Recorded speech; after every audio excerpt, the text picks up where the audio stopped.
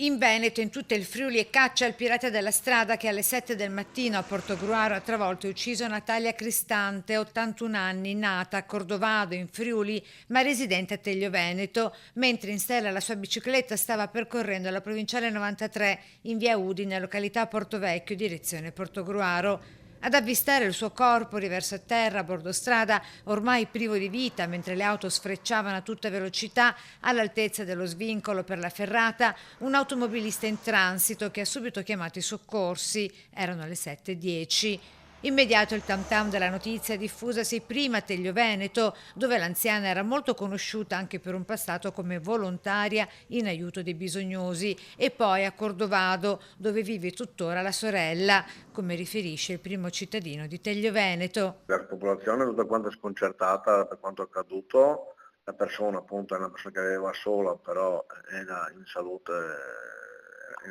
perché appunto circolava sempre in bicicletta.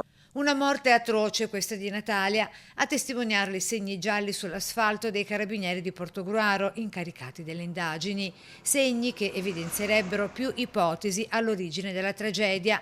La più accreditata al momento, quella secondo cui l'anziana parrebbe essere stata trascinata, poi travolta per circa una decina di metri dal mezzo che l'avrebbe originariamente arpionata ad un piede. Si ipotizza durante una fase di sorpasso di un furgone, se non di un tir.